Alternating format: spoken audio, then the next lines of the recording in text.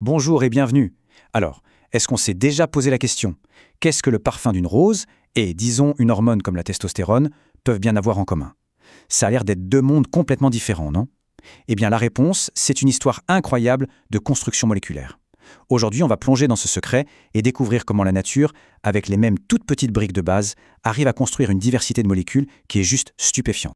Regardons ça d'un peu plus près. L'odeur du pain, le goût si particulier du gingembre, la couleur bien orange d'une carotte.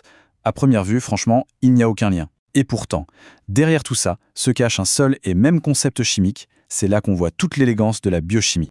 Et la clé de cette énigme, elle se trouve dans ce qu'on pourrait appeler une sorte de brique Lego moléculaire universelle. C'est vraiment le point de départ de toute notre histoire. Alors voilà la réponse, les terpènes. Ce mot un peu technique désigne en fait une immense famille de composés. Pour faire simple, ce sont eux qui donnent leurs odeurs aux plantes.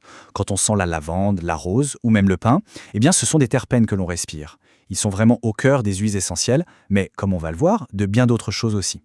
Et voici la fameuse brique fondamentale. Ça, c'est l'isoprène, une toute petite molécule avec 5 atomes de carbone. En gros, on peut voir tous les terpènes, même les plus complexes, comme des assemblages de cette petite unité. C'est notre plan de base, notre Lego universel.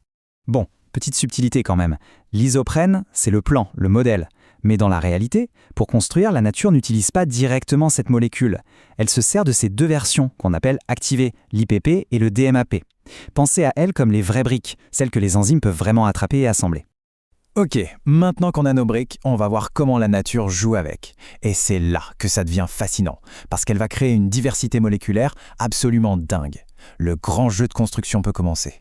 Ce tableau, il montre la logique implacable du système. On classe les terpènes simplement en comptant le nombre de briques d'isoprène. Avec 2 unités, on obtient 10 carbones, et paf, les monoterpènes. 3 unités, 15 carbones, et voilà les sesquiterpènes. Et ainsi de suite. Le truc qui est fou, c'est de se dire que tout, du caoutchouc au parfum de citron, part de la même petite brique C5, juste assemblée un certain nombre de fois. Allez, passons à des exemples concrets, ça sera plus parlant. Voici le limonène. C'est un monoterpène. On voit bien l'assemblage de 2 unités, 10 carbones en tout. C'est lui qui donne aux agrumes comme le citron ou l'orange leur odeur si fraîche et si caractéristique. Simple, mais terriblement efficace. On ajoute une brique de plus. Avec 3 unités d'isoprène, on passe à la catégorie des sesquiterpènes, qui ont 15 carbones. Un bon exemple, c'est le zingibérène. Son nom est assez transparent, c'est l'un des composés qui donne au gingembre son arôme si puissant et un peu piquant. Continuons, 4 unités, 20 carbones, on arrive aux diterpènes. Et là, attention, on change de dimension. On quitte un peu le monde des odeurs pour entrer dans des fonctions biologiques vitales. Ça, c'est le rétinol, plus connu sous le nom de vitamine A. Sa structure de base est un terpène, et cette molécule est juste cruciale pour notre vision. Et si on double encore ? 8 unités, 40 carbones, et nous voilà dans la famille des tétraterpènes. Le plus célèbre d'entre eux, c'est bien sûr le bêta-carotène. C'est lui, ce pigment, qui donne cette couleur orange vif à la carotte. Mais ce qui est génial, c'est que notre corps est capable de couper cette grosse molécule en deux pour fabriquer 2 molécules de vitamine A. La boucle est bouclée, tout est lié. Bon, jusqu'ici, le principe est assez simple. On ajoute des briques les unes à la suite des autres, la chaîne grandit. Mais la nature a plus d'un tour dans son sac. Et elle nous réserve une bifurcation, une surprise assez spectaculaire dans son processus de construction. Il faut savoir qu'il y a 2 façons principales d'assembler nos briques. La plus courante, c'est ce qu'on appelle tête à queue. La tête d'une nouvelle unité vient se coller à la queue de la chaîne qui grandit. Logique. Mais il existe un autre type d'assemblage, beaucoup plus rare et très spécial, le queue à queue. Et c'est lui qui va tout changer. Alors, comment ça marche? C'est très précis. On prend 2 molécules qui ont déjà 15 carbones chacune. Ce sont des intermédiaires importants. Et au lieu de s'allonger, elles vont se coller l'une à l'autre par la queue. Cette fusion queue à queue donne une nouvelle molécule parfaitement symétrique avec 30 atomes de carbone, le squalène. C'est le point de départ de tous les triterpènes. Et c'est là que la magie opère. Vraiment, cette longue chaîne toute flexible de squalène, sous l'action d'une seule enzyme, va se replier sur elle-même en une fraction de seconde.